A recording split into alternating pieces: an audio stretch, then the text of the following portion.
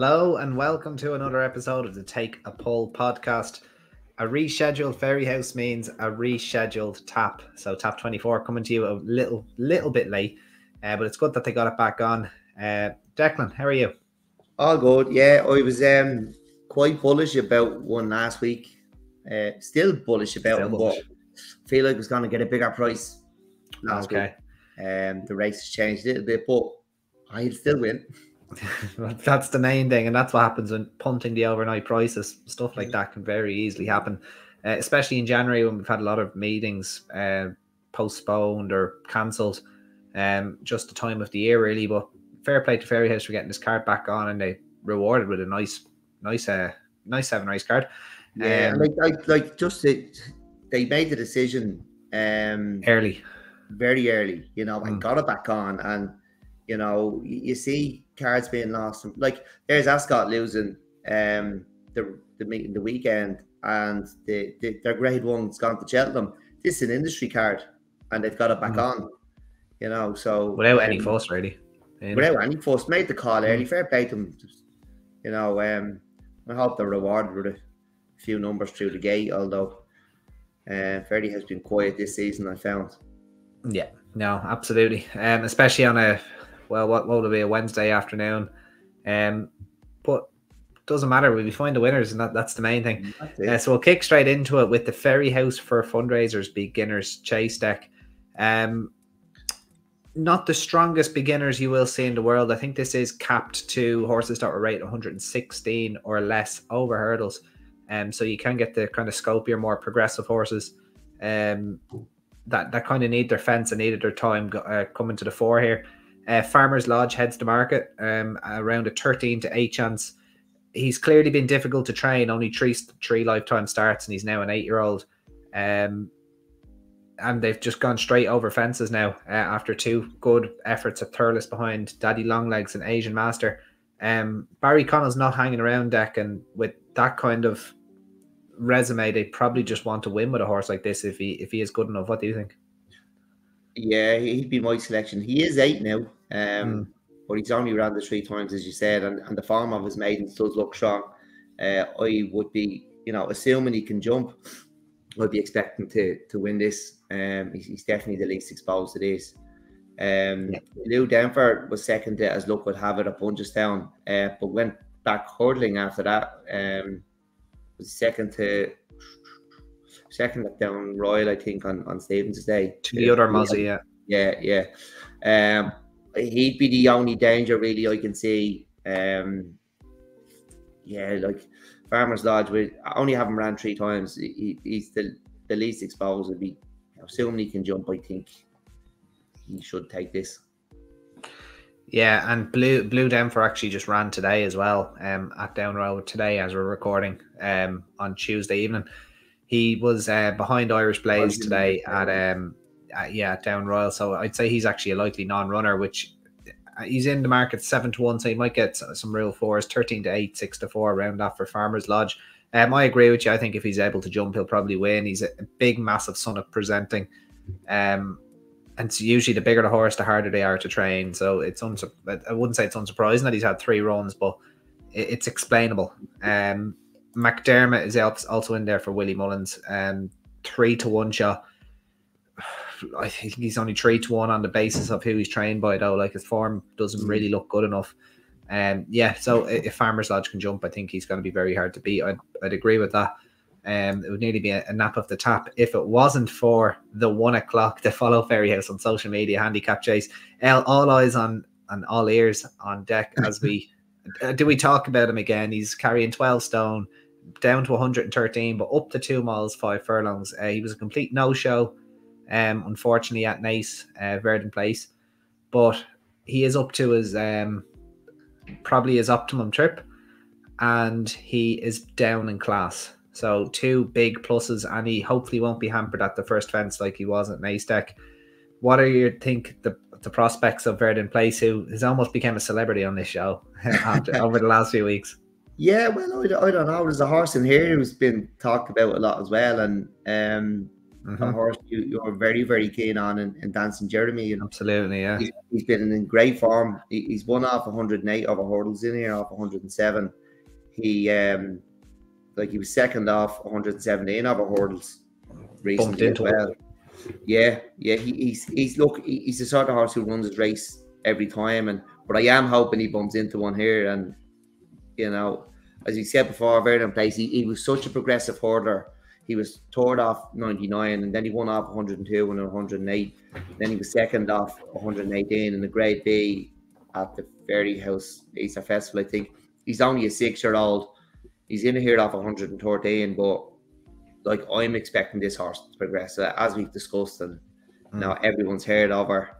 The top before Nace. Look, I think there's going to be loads of improvement in this horse over fences. Yeah. And I know he's carry a big weight, but he is up to his optimum trip. And I don't think he was off the other day. He didn't line up like a horse who was off. And I just wonder, is it because they didn't get their price?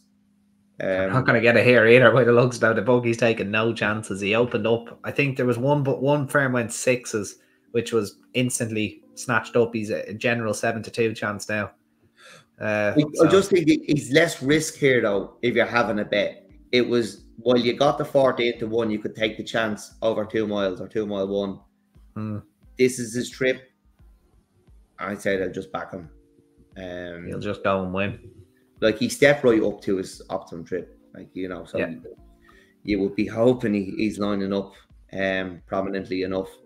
And I'm hoping I think he's loads of room off this mark. You know, I thought he was going to win over too short a trip off this mark. That's how well handicapped I think he is. So he should win this. You know, well, I did too. So yeah, unfortunately for Dancing Jeremy, he should be bumping into him here again. You know, but look, he's what is he, 10 pound below his hurdle rating. So, and he's been shown progressive form over hurdles as well. He hasn't had many goes over fences, just the 4 starts, winning once. But it was quite a while ago. I don't think he's actually ran over fences for quite a while. I'm just trying to actually look back. It was actually at Cork, January 2022 was when he won. And he hasn't ran over fences.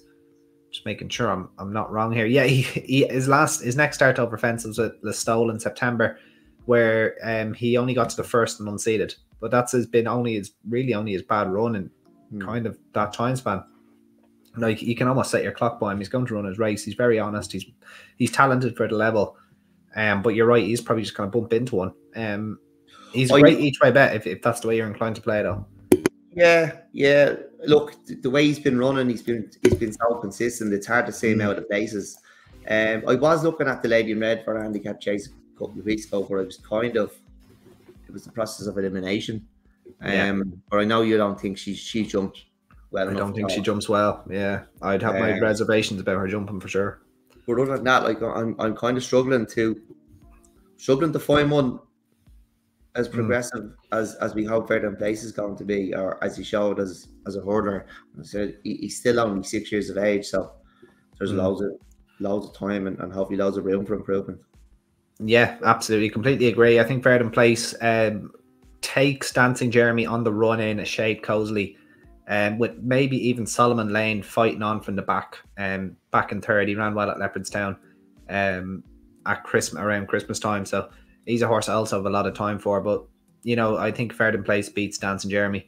I'd put my neck out on the line on that one. As I said, if Dancing Jeremy takes the fences okay, which look, he's won over them. I think he does take some beating, but as we said, Verdun Place could be chucked in, and yeah, I think he goes and wins the race myself.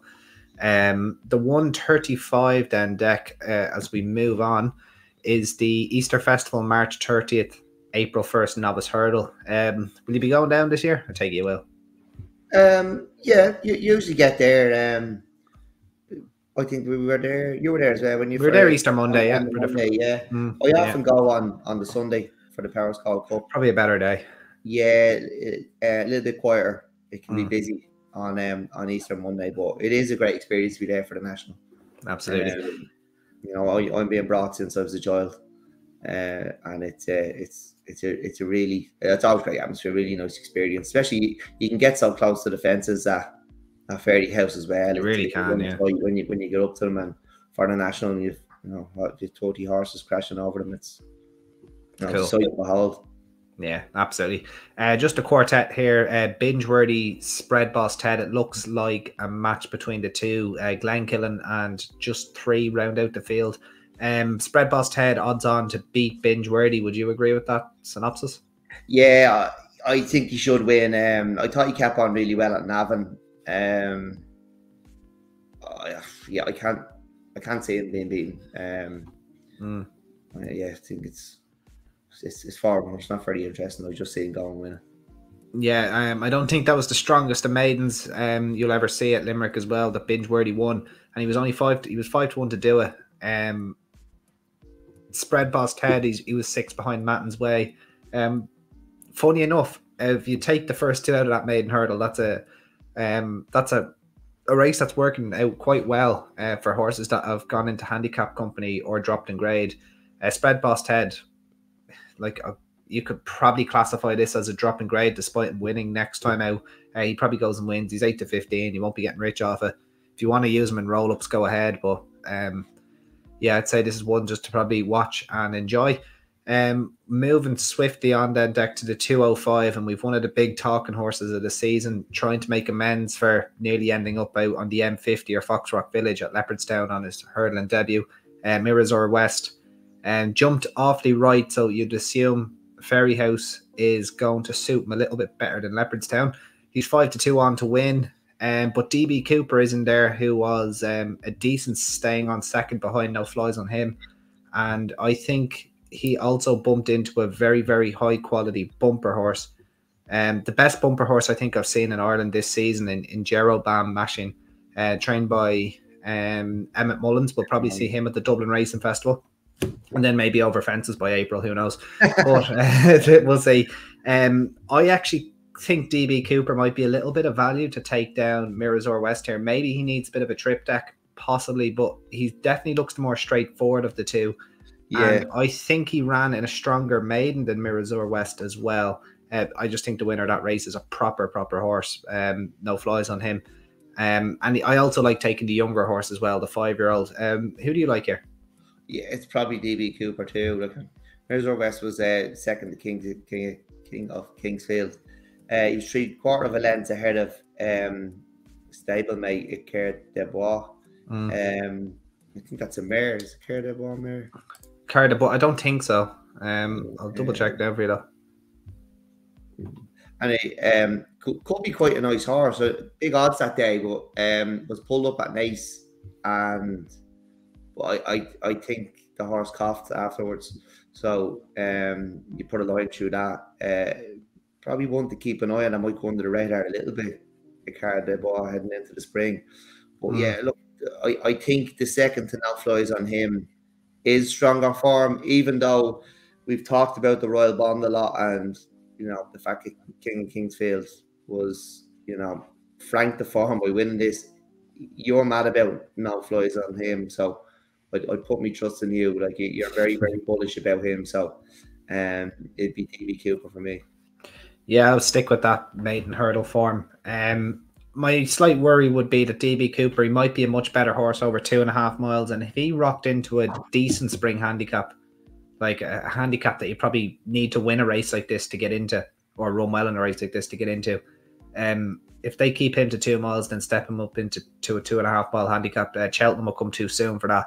Aintry's a possibility, but ideally Punchestown, he could take a fair bit of whacking, because he just looks like a horse that's just kind of improve with every run, especially when he does step up and trip. But it would be DB Cooper for me. Don't know if I'll be having a serious play on the race with a maiden hurdle, but it's I still think it's a race that'd be worth watching, and there'd be certainly some nice horses in behind that we could probably cover at a later stage. Onto the Hey How Are You campaign mares maiden hurdle, and this is at 240. Jolly Coraline Dec 13-8. She's getting a little bit frustrating, you could possibly say. She'll probably she'll get her turn one day, and as the season goes on, it'll get easier for her. But True Testimony and Spindleberry look like they're going to be her biggest threats. Milanaway possibly as well, and Hurricane Bailey in there too, who actually did make a nice debut, to be honest, when finishing third at Limerick. But who would your selection be here? It's quite an open enough race, actually. Yeah, it's open enough. Like she was fifth in the entry bumper, but I think we've talked about, like, apart from the winner of that race, it doesn't look like there's too much coming out of it. I don't think it was the strongest. She's been beaten 2 maidens. Also, Hurricane Bailey, she was toured at Limerick in December, but it's hard to know where that form is, and I couldn't confidently put her up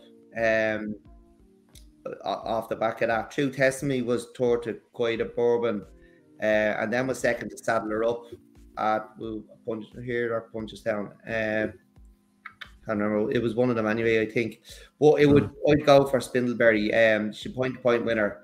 She was toured to Anna Lecca in a bumper, and Anna Lecca's gone and won a maiden also recently. So I think she's carrying the strongest form into the race, and I'll be sweet enough now on Spindleberry. Spindleberry. Well, I'll defer that one to you, like the way you deferred the last one to me. I think anything in maybe the front 5 could possibly win this race. Maybe with the exception of Milanaway, who's had a lot of chances and for some reason dropped back into a bumper on her last start, which I thought was a bit crazy. She's already had 8 starts under rules, 2 over hurdles and 6 in the bumper category. So quite interesting. She hasn't won yet, but yeah, I think it's quite an open race, and maybe one to just cast an eye on with future reference.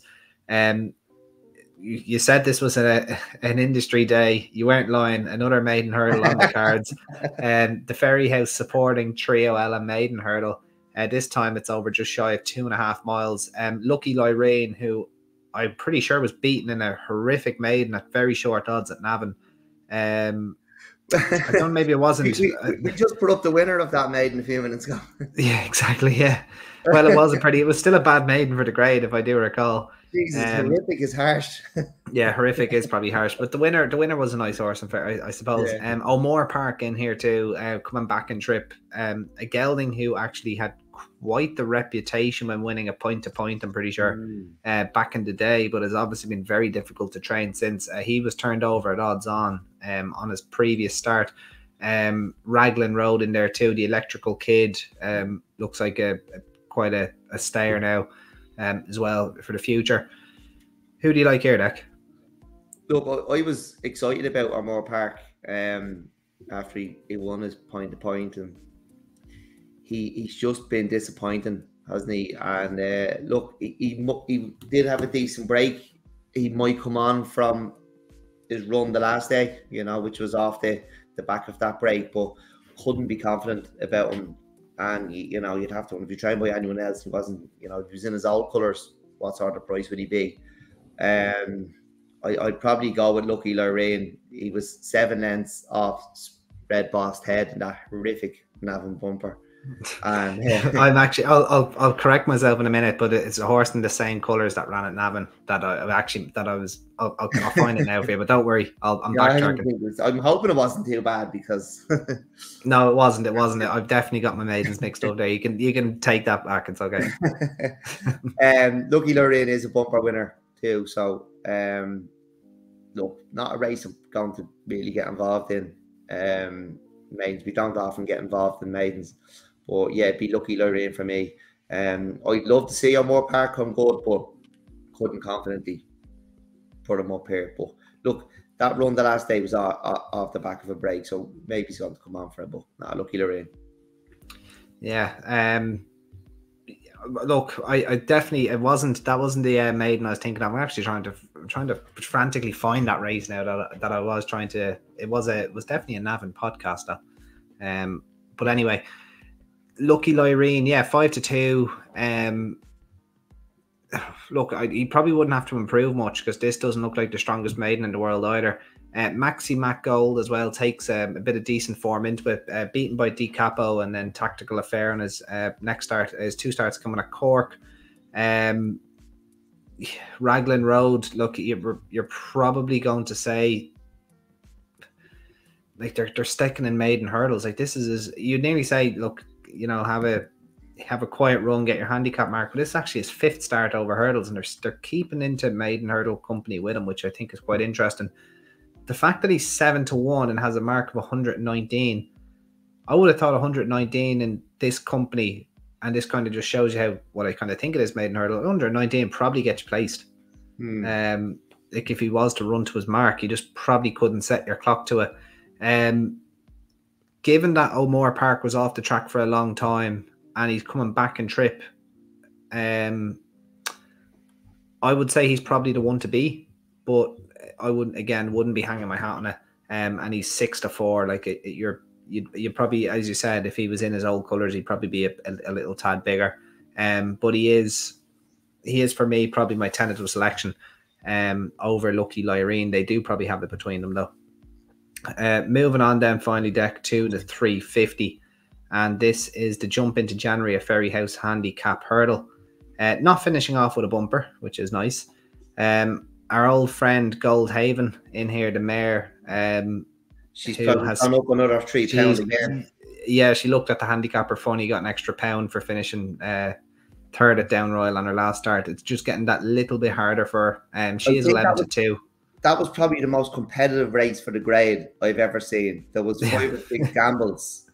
They all fancied something. Yeah, there was 5 or 6 gambles across because the markets opened early because it was Stephen's Day. And, you know, they were all prominent. Like, you know, they probably went too fast in it because they were all trying to be handy. And I think 4 of them came down to the last to get her all with a chance, you know, that had money for them over the couple of days or the few days previous. And look, she's bumped into one again and she's just gone up, and life's gonna get harder and harder for her. Which is annoying, but yeah, what can you do? And look, it's probably not as unfortunate as Roisin, who was beating a short head on handicap debut, got £5 for it. You know, it's right, beating a short head, the handicapper has to do something, but I always feel like it's harsh when you go up like that without winning. You know, you haven't got your reward, and life's gone. It's got, like, the winner got £8. You know, so you're only that's very unfortunate. But what can you do? You can only like, I may want a little bit further than this. Again, well, look, you do very much fancy one, Dec, so why don't you take it? Yeah. Look, I'm Roisin might. No, it's going to be hard for him because he's gone up that £5. I think there's one in here. I'm like, I wanted the podcast to go ahead so I could talk about this one last week. I actually wanted the price I thought I was going to get last week, but it's Schuster in here off 92. He's had 3 runs in maidens over 2 miles, and then he made his handicap debut over 2 miles, and he ran on quite well that day. He's up to half a mile. It's ticking all the boxes, I think, and I'm not sure whether there has been any money earlier, but it's one I'd be very, very confident about. I've mentioned it to you a few times over the last week. So yeah, I've got the price anyway, which helps. We can unleash it all to the world now. Well, what price is he now? I would be very, very keen on this, and I've had a decent bet on him. I've also thrown him into a double with Verdant Place, but I've had a decent bet for me anyway on Juicer, and he's just ticking all the boxes. The 3 runs out the back, over 2 miles, the spin and a handicap again, dropped out, ran on, everything you want to see. Yeah. And I feel like we've been kind of waiting a few weeks for one. We've had some that were ticking some of the boxes, but to me, he's everything you want to see. It's a second handicap up half a mile. I think. Yeah, well, that's the formula. He's an 11 or 12 to 1 shot generally. One firm still going 20s. So if anyone that listens to this quickly enough should probably back him, because I'd say with a bit of luck the money does come. And yeah, look, I can see where you're coming from, Dec. 92 looks very, very workable. Ran into midfield, I suppose, under Sean Flanagan at Thurles. Perfect. Don't get any closer. Exactly, yeah. Like he does look cherry ripe to be winning quite soon. 92, very workable. Very, very similar profile to the McConnell horse that you put up. You're just speaking about it with Goldhaven. West Away. Very, very similar profile there. And yeah, I think he probably does take a bit of whacking off 92. A lot of duck eggs as you look further down the list. Like there's probably all these races are competitive for the grade, but this one doesn't look like it will take as much winning. You got a few nice horses in there. Obviously, Goldhaven, who we spoke about, she's just creeping up the weights, very unfortunately. Roisin as well, 5-1 shot under Danny Mullins. Ran a very nice race at big odds and was very unlucky to be collared by Storm Mahler, basically on a head bobber at Limerick. But the problem about getting beaten by a head bobber is you get £5 for it. So he's in a similar enough position as Goldhaven in that sense. Hillsdale as well, the top weight. Sorry, Dec. Do you want to say something? I was just going to say my only concern, and it's only a slight concern at the moment, is if it's absolutely bottomless. And even it's just I'm listening to the wind and rain there. We are due a storm. So I hope it goes ahead. It would just be a slight concern if it gets to the stage where like Fairyhouse can get heavy, where it gets heavy to the fact that the soft ground specialists don't handle it. Yeah. It's a lottery then. I think he'll handle. If it's soft and heavy, I think he's going to handle it. It's just if it gets absolutely very and you have horses walking over the line would be my only concern. But we're out. It's not that bad yet. So look, I've gone in anyway. Well, just before we finish off this Fairyhouse preview, Dec, I just want to exonerate myself finally. The top weight Hillsdale, who is making his handicap debut, who's beaten 3 3/4 lengths at Nace. It wasn't Navan. I always get my Naces and Navans mixed up. He was beaten 3 3/4 lengths by Iron Allen. And the very, very disappointing odds-on favourite in that race was Benes Lescriba, who was beaten at 1-2. And that was the absolutely horrific maiden that I was referring to. It was just the same owner, same trainer, just a different horse. So that's where the mistake came from. So apologies, guys. I'll do better next time. But no, very good Dec. We will keep a close eye, of course, on Juicer. Even my bias towards Goldhaven, look, she's probably gotten, as you said, bumped into a lot of horses that were gambled on at Down Royal, and that was probably strong for the grade. She's probably gotten better treated than Roisin, who, as we said, got bumped up £5 for that run at Limerick when very, very unlucky and beaten at 28-1. Goldhaven is consistent though, and she probably won't be far away. For anyone that plays with each way multiples, possibly herself and Dancing Jeremy are cut from a similar enough cloth when they find their grade. So, if you wanted a nice safe each way double, those two would probably hit the frame. But that brings us to an end, Dec, of our preview of Fairyhouse. Do we have a nap of the tap lined up? I know that your nap of the day, is it Verdun, Blaze, or Juicer? Who would you prefer? It's Juicer. I've less concerns about Juicer. I just think he's been readied for this. Okay, so you've Juicer. Okay, fair enough. I might actually have I do quite like Farmer's Lodge. I think he only needs to really jump around, and that's why you're getting kind of like. I know he's a very unexposed horse, but he definitely has a bit of scope about him. Verdun Place, Dancing Jeremy, I'll probably end up dutching them, to be honest with you, and then I'll follow you in with Juicer. I like how bullish you are, and it meets your meets your formula. So a few bets there, guys, to bring us to the end of our Fairyhouse podcast. This could be a record in under change out of half an hour. Very good. But until next time, which hopefully another one to do. Exactly, yeah. We won't be going too far, but until next time, which, guys, hopefully is very soon when we're covering Gowan and Thyestes Chase Day. Can't wait for that. And that was the Take a Poll podcast, episode 24, and we'll talk to you soon. Bye bye. Cheers.